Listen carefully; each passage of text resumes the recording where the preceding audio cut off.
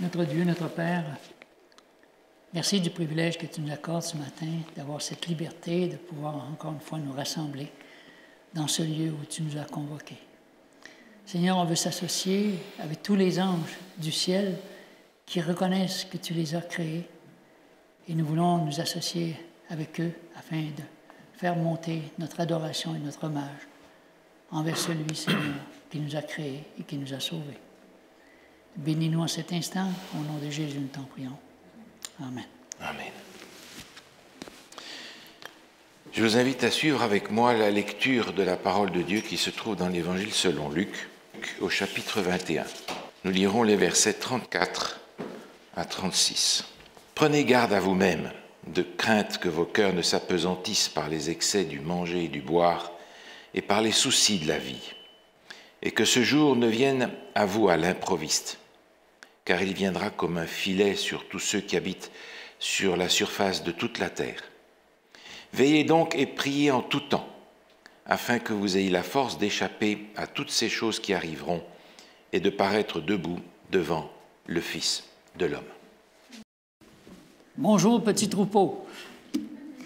On est heureux de se retrouver ce matin, alors que la pandémie semble continuer à faire ses ravages. Mais on est content de se revoir. Cette communion fraternelle, elle est tellement importante que beaucoup se sentent un peu déprimés de ne pas pouvoir se rassembler. Alors ce matin, le sujet, c'est un peu comment vivre au temps de la foi. Plus on arrive vers la fin, plus les choses vont s'accumuler et plus les difficultés aussi vont augmenter. Et Dieu ne veut pas qu'on serre les dents en disant « Voici, la fin est arrivée ». Dieu veut qu'on soit vraiment prêt. Si on ne comprend pas les 2 premiers chapitres de la Genèse, on ne comprendra jamais les 2 derniers chapitres de l'Apocalypse. C'est quoi le rapport entre le Jardin d'Éden puis le temps de la fin? Les tromperies du diable en ces temps de la fin vont être pareilles que celles qu'il a utilisées dans le Jardin d'Éden avec Adam et Ève, qui étaient pas mal plus intelligents que nous autres, qui savaient pas mal plus de choses. Et comment l'ennemi a-t-il réussi à les tromper, eux qui étaient si intelligents? Le diable, il ne laissera jamais aller une combinaison gagnante. Il sait comment séduire, il connaît les choses, il connaît la Bible par cœur, il l'a étudié probablement pas mal plus que nous autres. Alors, il connaît tous les tenants et les aboutissants. Les temps ont changé, mais lui, il ne change pas, parce qu'il veut perdre l'humanité. Il veut jeter le doute et le blâme sur le Créateur du ciel et de la terre.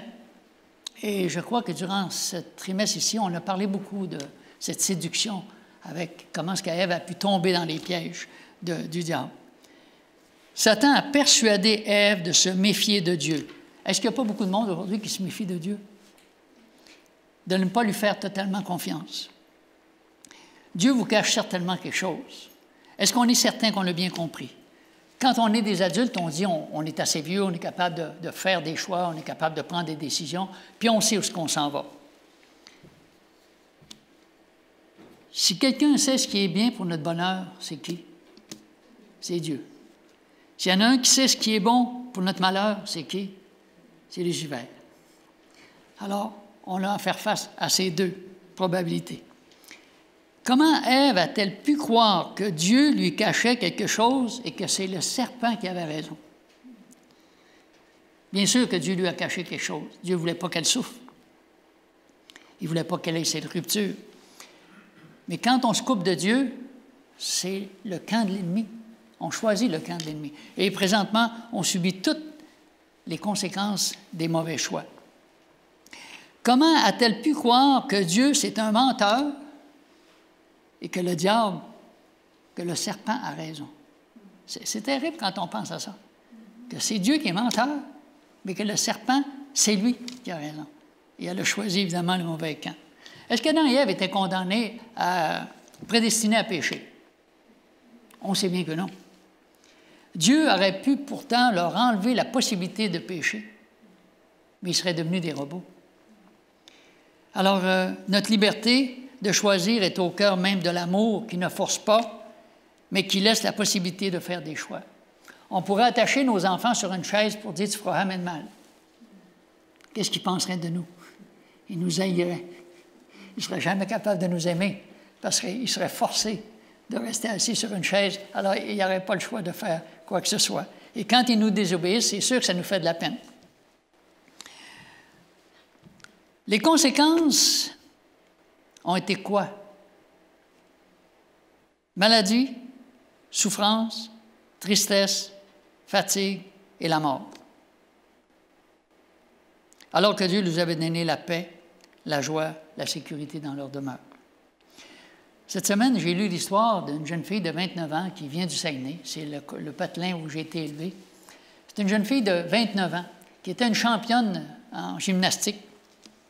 En plus, c'est une Tremblay. Elle était étudiante au programme de sport-études. Et cette jeune fille-là, elle a fait 5 overdoses de consommation de drogue, 3 sevrages d'héroïne. Elle est devenue danseuse nue dans un bar de Montréal. Elle s'est retrouvée en prison. Et finalement, la semaine passée, elle est décédée dans les soins palliatifs à 29 ans. Et elle décrivait un peu son histoire. Elle disait, « Je voulais tellement être heureuse. J'avais tellement de goût de vivre. Pour moi, c'était tellement important. La joie de vivre me sortait par les oreilles, tellement que j'avais cette soif. » Elle avait des buts, elle avait des rêves. Et son rêve, c'était certainement pas de mourir à 29 ans. Je suis convaincu qu'Adam et Ève ne voulaient pas avoir une existence misérable. Ils voulaient vivre et être heureux. C'est vrai que Dieu leur avait donné la sécurité, la paix, la joie, la santé, la stabilité. Mais après le péché, qu'est-ce qui est arrivé? Le désespoir, la dépression, l'abattement, et ils ont expérimenté tous les sentiments négatifs de la coupure d'avec Dieu, en plus de faire face à la mort. Et ça, c'est notre héritage à nous. On a tous hérité de ça. C'est pas possible d'être heureux sans Dieu, on le sait. Et Adam et Ève, quand ils ont mis leur premier bébé au monde, je suis convaincu qu'il y avait tellement de grands rêves pour cet enfant-là, sans réaliser qu'il allait devenir le premier meurtrier. Quelle tristesse qu'ont dû avoir Adam et Ève. Faire des mauvais choix entraîne toujours des conséquences tragiques. Souvent, on dit, mais cette personne-là, elle est tellement intelligente. Elle a du discernement, puis je l'aime tellement la façon dont elle agit. D'autres disent, bien, écoute, moi, j'ai vraiment du cœur au ventre. Je peux travailler 70 à 100 heures par semaine. Ça, c'est des réflexions humaines. Mais Dieu, lui, il ne dit pas la même chose. Comment est-ce que Dieu appelle un être intelligent? Psaume 14. Dieu va définir pas l'intelligence humaine, mais Dieu va définir la vraie intelligence. Psaume 14, le verset 2. « L'Éternel du haut des cieux regarde les fils de l'homme pour voir s'il y a quelqu'un qui soit intelligent, quelqu'un qui cherche Dieu. » Ça, c'est la définition de quelqu'un qui est intelligent. Mais quelqu'un qui travaille 70 à 100 heures par semaine, est-ce que c'est une bonne façon d'être heureux, même si on pense qu'il y a beaucoup de cœur à l'ouvrage? À la fin, il va être malade. Il n'y aura plus aucun plaisir dans la vie, parce qu'il va avoir brûlé, comme on dit souvent, la chandelle par les deux bouts. Dieu a dit, tu travailleras 6 jours, et le 7e jour, tu te reposeras. Dieu est tellement sage et simple dans sa façon de fonctionner. Transgresser les lois de Dieu, ça donne toujours des résultats négatifs. C'est vrai qu'on a tous un vide dans notre cœur. Puis toute notre vie, on va chercher à remplir ce vide-là. Et ça peut prendre toutes sortes de formes, bien sûr. On est tous des êtres souffrants. Je ne connais pas personne qui ne souffre pas. On porte tous des fardeaux. On vit toutes des situations difficiles. Mais on a toutes sortes d'excuses pour justifier aussi nos mauvais comportements. Est-ce que vivre au temps de la fin, ça signifie qu'on doit grincer des dents, puis dire, serrer les poings, puis dire, Jésus revient, puis il faut se préparer pour ça? Même si la parole de Dieu nous dit qu'à la fin des temps, qu'il va y avoir un événement particulier. Alors, dans Luc 21, 25, ça dit qu'il y aura des signes dans le soleil, dans la lune et les étoiles, et sur la terre, il y aura quoi? De l'angoisse chez les nations qui ne sauront que faire au bruit de la mer et des flots. Il va y avoir de l'angoisse. Je pense qu'il n'y a pas personne qui veut vivre avec une espèce d'angoisse, se demandant, bien sûr, qu'est-ce que c'est qui va arriver. Il y aura toujours des drames. Je suis allé voir dans le Centre d'information nationale des tremblements de terre. On enregistre environ entre 50 000 et 100 000 tremblements de terre par année dans le monde. Ça veut dire à peu près 2700 séismes par jour. La Terre est comme en ébullition. Constamment, cette Terre-là tremble. Même si nous, on ne le sent pas tout le temps, les animaux le sentent, eux. Je me rappelle au Saguenay, quand il y avait eu un écoulement, puis il y avait 32 personnes qui étaient mortes, la terre était partie avec toutes les maisons. Puis les animaux criaient, les animaux beudelaient, tout le monde pensait que les animaux étaient fous. Mais les animaux sentaient qu'il y avait quelque chose en dessous. Et tous les humains disaient, « Ils sont fous, les animaux. Qu'est-ce qui leur prend? Ça n'a pas de bon sens. » Personne ne réalisait. Mais les animaux sentaient que cette terre-là est en train de vibrer, qu'il y a quelque chose qui allait se passer. Et il n'y a personne qui s'est sauvé. Personne ne se doutait absolument de rien. Oui, la terre peut nous glisser sur les pieds au moment où on ne s'y attendra pas. Imaginez-vous, tu marches, puis la terre se dérobe sur tes pieds. On fait quoi? Je ne sais pas si vous avez entendu parler de l'ouragan Katrina, en Nouvelle-Orléans. Des vents de 220 000 km à l'heure. Des vagues de 60 pieds. Ça a tout balayé sur leur passage. 30 milliards de dégâts qui ne sont même pas encore réparés aujourd'hui. Il y a eu seulement 1836 morts. Ça aurait pu être pire que ça. On ne sait jamais qu'est-ce qui peut nous arriver. La première leçon qu'on devrait tirer des calamités, parce qu'on entend parler de ça d'une façon régulière quand on écoute les nouvelles, bien sûr, c'est quoi la première leçon? Jésus nous dit, tenez-vous prêts, tenez-vous prêts, tenez-vous prêts, et priez. Mais il y a une autre chose aussi qu'on pourrait regarder dans Psaume 90. La première leçon qu'on devrait en tirer. Psaume 90, qui nous montre combien la vie est fragile. Alors, à partir du verset 1, ça dit « Prière de Moïse, homme de Dieu. Seigneur, tu as été pour nous un refuge de génération en génération. Avant que les montagnes fussent nées et que tu eusses créé la terre et le monde, d'éternité en éternité, tu es Dieu.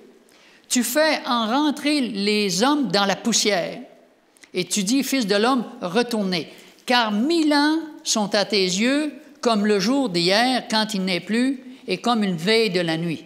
Alors, si un jour est comme 1000 ans, ça veut dire que depuis 6000 ans, ça fait juste 6 jours pour Dieu. Nous autres, on trouve ça long. Mais lui, c'est vraiment court, 6 jours, hein?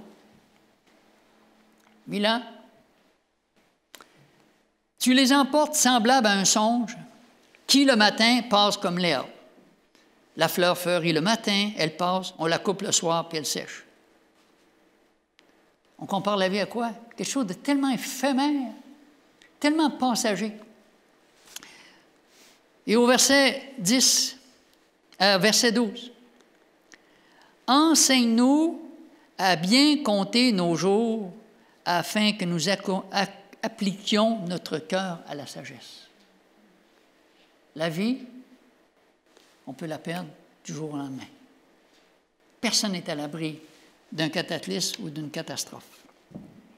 Alors, quand Dieu nous dit de nous tenir prêts, de veiller et de prier, parce que rien n'est sûr, c'est un conseil extraordinaire. La prière, elle coûte quoi? Rien. On peut être en communion avec Dieu toute la journée. Mais pensez-vous que toutes les calamités qu'on a présentement, incluant la COVID-19, avec tous les mutants et les variants, pensez-vous que les gens accordent plus d'importance à leur spiritualité? Ou s'ils sont uniquement focusés sur les problèmes de la COVID? Ou si les gens se posent des questions? Où allons-nous? Que se passe-t-il? Est-ce que ça se peut que la majorité des personnes, ils se disent chrétiennes ou croyantes, qu'ils ont une expérience spirituelle extrêmement superficielle? C'est qui s'inquiète vraiment de l'éternité? Est-on plus près de Dieu aujourd'hui ou s'il n'y a rien qui change dans nos vies? On sait que Dieu est avec nous, mais nous, on est-tu avec lui? C'est pas pareil. Ces calamités ne devraient-elles pas nous réveiller et nous faire prendre conscience qu'il y a quelque chose qui est en train de se passer? On n'a jamais vu ça, quelque chose qui touche toute l'humanité, toute la planète présentement est impactée à cause de ce COVID. Jamais personne n'aurait pu s'imaginer qu'une chose comme ça puisse mettre la planète sur pause. Qui peut arrêter les vents? Qui peut arrêter la pluie? Qui peut arrêter la dévastation? Qui peut arrêter un tsunami? L'être humain est totalement impuissant devant ce déferlement des forces de la nature. On est complètement démunis. Tu auras beau faire du yoga, mais ce n'est pas ton yoga qui va te permettre de passer au travail. Ton yoga ne peut rien faire pour toi. Où se trouve notre secours? Quand les tempêtes de la vie frappent, où peut-on se réfugier? On va lire un petit texte qu'on a eu l'occasion de lire cette semaine dans Marc, chapitre 4, alors qu'on a eu l'opportunité de pouvoir réfléchir là-dessus. Vous vous rappelez, c'est cette fameuse tempête qu'il y a eu, à partir du verset 35. Ça dit, « Ce même jour, sur le soir, Jésus leur dit, « Passons à l'autre bord. » Après avoir envoyé la foule, ils l'emmenèrent dans la barque où il se trouvait. Il y avait aussi d'autres barques avec lui, mais il s'éleva un grand tourbillon, et les flots se jetaient dans la barque au point qu'elle se remplissait déjà. Il avait beau essayer de vider, l'eau rentrait beaucoup plus vite que tous les efforts pour essayer de le vider. Et Jésus dormait. Comment quelqu'un peut-il dormir alors que la barque est en train de se remplir d'eau? Puis lui, c'est comme s'il n'y a rien qui se passe. Puis là, il se met à crier, « Seigneur, tu vois pas qu'on est dans le problème, là? Puis Seigneur, je t'en prie, fais quelque chose, tu t'inquiètes pas que nous périssons. » Ça se peut-tu, quand on a des problèmes, des difficultés, qu'on a l'impression que Dieu n'est plus là, qu'il ne nous aide pas, qu'on est tout seul à se débattre avec nos problèmes, puis que Dieu, lui, il dort quelque part, mais il ne s'occupe pas de nous autres. Alors, les disciples étaient comme nous. Et quand Jésus s'est réveillé, c'est quoi Jésus a dit? « Silence, tais-toi. » Le vent cessa et il y a eu un grand calme. Ça se peut-tu que, quand les difficultés viennent, que Dieu est en train de nous dire « Calmez-vous, calmez-vous, arrêtez de vous énerver, calme. » Il y a seulement Dieu qui peut mettre de calme quand les tempêtes de notre vie déferlent. Puis il leur dit « Mais pourquoi est-ce que vous avez eu ainsi peur? Comment n'avez-vous point de foi? » Alors si cette tempête-là les a terrorisés, les dernières tempêtes que cette terre va subir, est-ce qu'on va avoir la même réaction, avoir l'impression que Dieu n'est plus là, que Dieu nous a oubliés quelque part?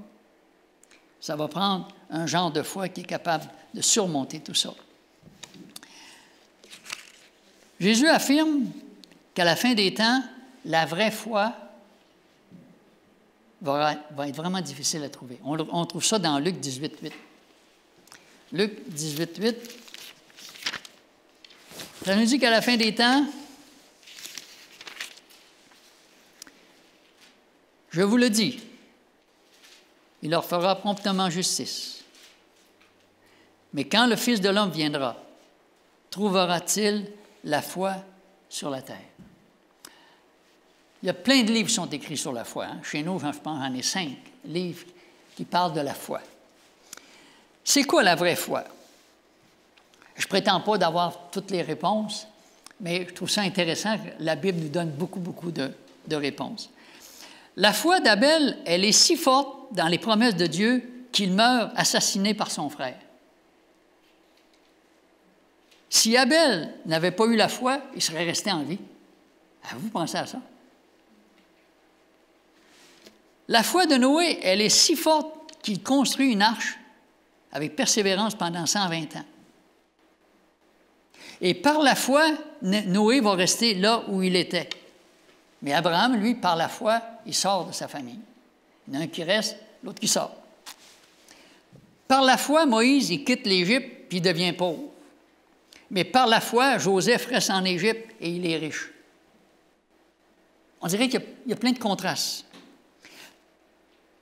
Par la foi, certains sont délivrés des lions, mais il y a bien plus de monde qui ont été mangés par des lions qu'il y en a qui ont été sauvés. Et pourtant, ça s'est fait par la foi. Il y a des contrastes évidents. Mais c'est quoi le point commun de la foi? Ça dit, c'est la confiance totale en Dieu, peu importe les circonstances. Les vrais croyants croient en Dieu, peu importe les circonstances, que ce soit dans la pauvreté comme dans la richesse. C'est sûr que c'est plus facile quand on est riche. On peut tout dire des fois « Amen, praise the Lord », mais quand les difficultés viennent, c'est plus difficile. Dans le malheur comme dans le bonheur. La foi, ce n'est pas une simple croyance pour dire « moi j'ai la foi ». C'est un mode de vie. C'est être prêt à accepter toutes les circonstances, qu'elles soient favorables ou non.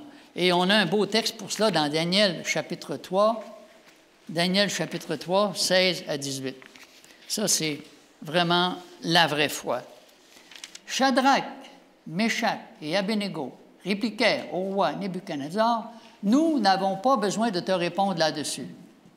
Voici, notre Dieu que nous servons peut nous délivrer de la fournaise ardente, et il nous délivrera de ta main au roi. » 18. « Sinon, sache au roi que nous ne servirons pas tes dieux et que nous n'adorerons pas la statue d'or que tu as élevée. » Alors, ils reconnaissent que Dieu a la puissance et le pouvoir de le faire, mais si Dieu ne le fait pas, il a dit, Dieu, il a le droit de décider ce qu'il veut. C'est lui qui est souverain. S'il veut qu'on soit sauvé, on va te sauver. Puis si c'est le temps qu'on meurt, on mourra. Ce n'est pas du fatalisme, c'est une confiance incroyable en Dieu. Peu importe ce qui peut nous arriver. La foi, c'est comme Joseph. Joseph, il est trahi, vendu par ses frères comme un esclave. Il est accusé faussement par la femme de Potiphar. Il est jeté en prison. Et pourtant, malgré tous ses malheurs, qu'est-ce qu'il fait? Il continue de croire en Dieu. Nous, on aurait pu dire, Seigneur, ça commence à faire, là. Mes frères me détestent, j'ai été vendu, je suis un esclave, j'essaie de faire bien, je me retrouve en prison. C'est quoi l'idée, Seigneur, de te servir? Wow! Il est resté fidèle à Dieu, peu importe les circonstances. Puis il n'a jamais cherché à se venger. La foi aussi, c'est Moïse. Moïse qui va renoncer aux honneurs de l'Égypte et qui préfère souffrir avec le peuple. Hébreux chapitre 11, 24 à 29. C'est par la foi que Moïse, devenu grand, refusa d'être appelé fils de la fille de Pharaon, aimant mieux être maltraité avec le peuple de Dieu que d'avoir pour un temps la jouissance du péché, regardant l'opprobre de Christ comme une richesse plus grande que tous les trésors de l'Égypte, car il avait les yeux fixés sur la rémunération, et c'est par la foi qu'il quitta l'Égypte, sans être effrayé de la colère du roi, car il se montra ferme, comme voyant celui qui est invisible. C'est par la foi qu'il fit la Pâque et l'aspersion du sang, afin que l'exterminateur ne touchât pas au premier-né des Israélites. C'est par la foi qu'ils traversèrent la mer Rouge comme un lieu sec, tandis que les Égyptiens qui en firent la tentative furent engloutis. La foi, c'est Daniel et ses amis qui ne feront aucun compromis. Pensez-vous qu'il n'aurait pas pu prendre juste un petit peu de vin? Pas gros, là, pas pour se saouler, c'est juste un petit verre comme ça, là, puis le roi il aurait été content. Juste manger un petit peu des mets succulents qui étaient là. Pensez-vous qu'il n'aurait pas pu faire un petit compromis? Ils ont fait 0 compromis. Ils savaient que s'ils faisaient un compromis, c'était fini. Est-ce que nous, on en fait des compromis? Souvent. On a besoin de savoir, d'avoir la sagesse de Dieu pour savoir si on est en train de faire un compromis ou si on est en train de faire quelque chose qui est pire qu'un compromis. Matthieu 25, 23. Son maître lui dit, « C'est bien, bon et fidèle serviteur.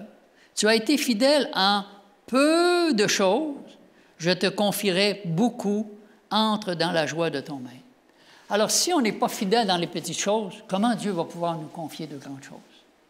Fidèle dans les petites choses. C'est là qu'on peut voir si on est vraiment chrétien ou pas. À l'Église, c'est sûr, on est tous extraordinaires, hein? des chrétiens super. Mais souvent, il y a des gens qui disent « J'aimerais pas que tu arrives chez nous à l'improviste parce que je suis en train de regarder quelque chose que je sais qui n'est pas correct. » Je le regarde quand même. Pourtant, Dieu voit tout. Dieu, c'est un velcro, hein? On a parlé tantôt. Dieu, c'est un velcro. Il sait quand on s'assoit, il sait quand on se lève. Il est toujours présent. Il s'attache à nous. Des petits crochets. Un petit compromis en amène un autre. Ils vont rester fermes plutôt que de faire ces compromis. Ils vont préférer mourir. La vraie foi, c'est l'apôtre Paul. L'apôtre Paul, il est battu, lapidé, fouetté. Il est en péril sur la mer, emprisonné. Et pourtant, ça dit que tout ce temps-là, il reste fidèle à Dieu. La foi, elle est pleine de courage. Et l'arme la plus puissante entre les mains du diable, c'est de jeter le désespoir dans nos vies, où on a l'impression qu'on ne peut plus avancer, c'est trop difficile. La foi fait même confiance à Dieu avant que le problème soit résolu. C'est fort. La foi fait confiance à Dieu avant même que le problème soit résolu. La foi, c'est pas croire que Dieu va me guérir quand je lui demande de le faire. Vous savez, on prie souvent pour dire « Seigneur, guéris-la, puis tu sais, tu es capable, on sait que tu es puissant, tu es le médecin. » Mais la foi, c'est pas... On espère ça. Mais si la personne ne guérit pas, est-ce qu'on garde la foi quand même? La foi, la vraie foi, c'est que je lui consacre ma vie pour glorifier son nom, quoi qu'il arrive. Imaginez-vous le témoignage que ça donne quand un drame frappe chez une personne, puis cette personne-là, au lieu de tout laisser tomber, elle continue à servir Dieu comme si rien n'était. C'est tout un témoignage pour ceux qui regardent ça. Puis dire, regarde, elle est restée fidèle à Dieu malgré le drame qui a frappé dans sa vie. En 1991, on a assisté à la chute du communisme. Le mur de Berlin s'est écroulé et il y a un vent de la liberté qui a soufflé partout en Europe. Et j'avais lu l'histoire du pasteur Mark Finley qui était allé à Moscou. Et puis, il avait fait plein de prédications. Il avait même été allé à l'Assemblée nationale du Kremlin, puis il avait distribué des Bibles. Et pendant qu'il faisait une prédication à l'auditorium de Moscou, il y a une femme toute petite, une femme âgée qui l'a invité, lui et son épouse, à venir manger à la maison. Ils ont accepté. Quand ils sont arrivés là, ils ont vu un appartement qui était tout petit, mais ils étaient gênés. Pasteur Finley et son épouse étaient vraiment gênés. Quand tu as vu tout le repas qu'elle avait préparé pour les autres, elle avait dû passer 2-3 jours à préparer ces repas-là, tellement qu'elle avait mis son cœur, elle était contente de les recevoir. Parce qu'à Moscou, dans ce temps-là, il gagnait à peu près 28 $ par mois. Elle avait dû dépenser pas mal plus que ça, seulement pour le repas qu'elle avait préparé pour ses invités. Et puis là, elle avait plein de questions, bien sûr. Elle lui demandait toutes sortes de choses sur sa vie, comment ça se passait en Amérique, etc.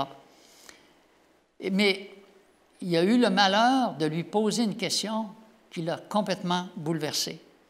Il lui a dit, « Quelle a été la situation la plus difficile que vous ayez jamais rencontrée en tant que chrétien vivant sous le régime communiste? » Les lèvres de la femme et ses mains ont commencé à trembler. Son corps a commencé à frissonner. Puis elle s'est mise à pleurer, à chaudes larmes. Elle a dit, « Je vais vous dire un secret que j'ai gardé toute ma vie. » Le KGB, vous savez, c'est la police secrète, là-bas en Russie. Il avait appris que cette femme-là enseignait la Bible à ses filles, ses 2 filles. Ils chantaient des hymnes de louanges, puis ils étaient chrétiens, puis il y a des voisins bien souvent qui les entendaient, etc. Puis elle leur enseignait l'amour de Jésus. Il y a quelqu'un qui avait entendu ça, puis il les avait dénoncés. Alors, un jour, le KGB a fait irruption dans son appartement, puis il est parti avec ses 2 filles. Il y en a une dedans qui avait seulement 9 ans, puis elle criait à sa mère, puis elle disait, « Maman, maman, sauve-moi. » Elle dit, j'ai jamais pu revu mes filles. Je n'ai jamais pu entendu parler de mes filles. Elle dit, pour moi, c'était comme un coup d'épée qui m'a brisé le cœur. Elle dit, toutes ces années-là, je priais, puis je pensais à cette séparation douloureuse que j'avais vécue dans ma vie. Et tout cela parce que j'aimais Jésus. Mais il y a une parole que Pasteur Finlay va répéter dans son expérience. Il dit, elle a dit, mais je sais que je reverrai mes filles au retour de Jésus. Nous serons à nouveau ensemble et personne, ni même le KGB, ne pourra nous séparer. Nous serons avec Jésus pour toujours. Elle croyait à la promesse qu'on va lire. Cette promesse qui fait notre identité à nous dans Jean 14. Le nom que nous portons, Jean 14. Que votre cœur ne se trouble point. Est-ce que cette femme n'avait pas le cœur troublé d'avoir vécu ce drame? Est-ce que nous aussi, on n'a pas le cœur troublé? Alors Dieu nous dit, il sait que notre cœur va être troublé. Que votre cœur ne se trouble point. Croyez en Dieu, croyez en moi. Il y a plusieurs demeures dans la maison de mon Père. Si cela n'était pas, je vous l'aurais dit, je vais vous préparer une place. Et lorsque je m'en serai allé et que je vous aurai préparé une place, je reviendrai. Adventistes, ceux qui attendent le retour de Jésus. Et je vous prendrai avec moi, afin que là où je suis, vous y soyez aussi. Alors, cette promesse, cette femme-là, elle avait fait la sienne. Elle savait qu'un jour, peu importe qu'est-ce qu'il arriverait, qu'elle retrouverait ses deux filles. C'est vrai, c'est le retour de Jésus qui va apporter l'espoir. Seulement Jésus peut mettre un terme à tout cela. Il va apporter l'espoir à tous ces cœurs qui sont troublés, toutes ces tragédies de la vie. Bientôt, les chagrins et les souffrances vont cesser. Est-ce que ce n'est pas une bonne nouvelle? On a l'impression que, tu sais, on a besoin d'entendre des bonnes nouvelles. Tout ce qu'on entend parler, c'est toujours les calamités, les catastrophes. C'est comme si on focusait uniquement sur les problèmes qu'on est en train de vivre. Et pourtant, Dieu nous dit que vers la fin, alors que les calamités vont augmenter, Dieu nous dit que si nous, on a une rencontre personnelle avec Jésus, si vraiment on a une rencontre personnelle avec Jésus, nos vies vont être transformées. Il n'y a personne qui peut rester la même personne si elle a rencontré Jésus. Alors, allons voir l'apôtre Paul qui avait rencontré Jésus, qu'est-ce qu'il pense de la vie en général. Alors, dans Actes chapitre 20, seulement quelqu'un qui a rencontré Jésus peut dire une chose comme ça. Et maintenant, voici, lié par l'Esprit, je vais à Jérusalem, ne sachant pas ce qui m'arrivera. Seulement, de ville en ville, l'Esprit Saint m'avertit que des liens et des tribulations m'attendent. L'apôtre Paul savait que ça en allait vers la mort. Puis il n'y a rien qui serait facile. Mais je ne fais pour moi-même aucun cas de ma vie comme si elle m'était précieuse. Wow! Ma vie, il n'y a rien là. Ma vie n'est pas précieuse. Elle est précieuse aux yeux de Dieu, mais moi, personnellement, la vie, c'est pas grave. C'est Dieu qui dit que ma vie est précieuse. La mort, c'est rien. Parce que ma vie est précieuse, on sait qu'est-ce que Dieu va faire avec. Comme pourvu que j'accomplisse ma course avec joie. Il s'en allait vers la mort, puis qu'est-ce qu'il dit? Pourvu que je finisse la mission que Dieu m'a confiée avec joie. C'est fort, ça, les amis. Tu sais, tu t'en vas vers la mort, vers la tribulation, vers les difficultés, mais il dit, pourvu que j'accomplisse ma course avec joie, et le ministère que j'ai reçu du Seigneur Jésus, d'annoncer la bonne nouvelle de la grâce de Dieu. C'est ce que le pasteur Scalier va faire durant ses 10 présentations, où il va montrer aux gens la grâce merveilleuse de Dieu, un appel, non pas à avoir peur de Dieu, mais à se réfugier dans ses bras, parce que c'est lui qui est notre sécurité. Personne ne peut rester le même s'il a rencontré Jésus. Jésus, c'est lui qui a la solution pour tous nos problèmes. Car il contrôle non seulement cette planète, mais l'univers tout entier, alors on peut avoir une confiance totale. On va lire un psaume. Non, excusez, je l'ai lu tantôt, le psaume 90, quand ça disait « Notre secours, c'est dans l'Éternel ». La terre a beau être bouleversée, mais c'est Dieu seul qui contrôle les événements. Et même si on perdait la vie, so what? Les économies du monde, présentement, sont à un point de rupture et au bord du désastre. Il y a des gens qui vont paniquer bientôt. Parce que tout le gros portefeuille, toutes les choses qu'ils ont mis de côté, quand tu vas voir fondre ça, moi, je connais un ami, il a pas mal d'argent, puis je vais vous dire, il est fâché tout le temps, parce qu'il faut qu'il paye beaucoup d'impôts. Puis ça le choque. Puis il est plein comme un boudin. Puis je me demande, mais pourquoi ça le choque de même? Il est quasiment prêt à mourir. Puis il est choqué parce qu'il faut qu'il paye de l'impôt au gouvernement. Ça donne quoi, tout cet argent-là? Puis de choquer parce qu'il faut qu'il en paye plus. Mais il faut que ça serve quelque chose à cet argent-là. Ça donne quoi d'accumuler? Puis il n'est pas heureux. Il est vraiment malheureux. Il est inquiet parce qu'il ne sait pas qu'est-ce qui va se passer avec la bourse. Puis il a peur de tout perdre. Alors ça le panique. Il est obligé de prendre des pilules pour dormir le soir. Imaginez-vous. Qu'est-ce que vous feriez avec 500 ou 600 000? Est-ce qu'on serait heureux comme tout? Vous dire, hey, j'ai 600 000. Là, je vais vraiment être heureux. C'est dit, pauvre toi. Ça se peut que tu perdes le sommeil. Tu vas avoir peur que quelqu'un vienne te voler. Puis tu ne seras plus capable de dormir tranquille. Moi, je suis tellement heureux quand je dors le soir, même si quelqu'un viendrait me voler. Ça peut bien faire. D'abord qu'il me laisse la vie. Puis s'il m'enlève la vie, bien, les problèmes sont finis. C'est tout. Oui, les économies du monde sont à un point de rupture et au bord du désastre. Beaucoup sonnent l'alarme concernant la pollution et croient qu'on ne peut plus continuer à vivre de la façon dont on le fait. Les alarmistes nous disent qu'on court tout droit à la catastrophe, alors que tout semble échapper à notre contrôle et que la sagesse humaine ne semble plus pouvoir nous garantir un avenir sécuritaire. Qu'est-ce que l'Évangile nous dit? L'Évangile nous dit qu'il y a encore de l'espoir. Et cet espoir, c'est le retour de Jésus. Et ça sera la chose qu'on présentera lors des prochaines présentations que le pasteur va avoir, un petit livre qui va parler du retour de Jésus, l'espoir de l'humanité, l'espoir de toutes les nations. Alors, que le Seigneur nous aide à porter un message d'espoir, non pas focusé sur tous les drames de la vie, toutes les catastrophes, toutes les calamités. Dieu nous a dit que c'est comme ça que ça allait arriver. Mais Dieu nous dit qu'il est notre secours dans la détresse et qu'on peut compter sur lui dans tous les aspects de notre vie. On prie.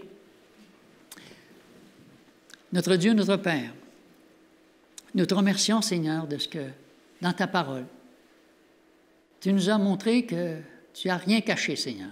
Tu savais que cette terre allait avoir plein de difficultés, que des drames humains, Seigneur, comme cette première famille, Adam et Ève, qui ont eu leur premier fils et qui est devenu un meurtrier, toute la peine qu'ils ont dû avoir et toute la souffrance, Seigneur, qui a continué, qui s'est poursuivie depuis ce jour. Et nous aussi, nous avons hérité, Seigneur, de tous ces problèmes que le péché amène dans le monde.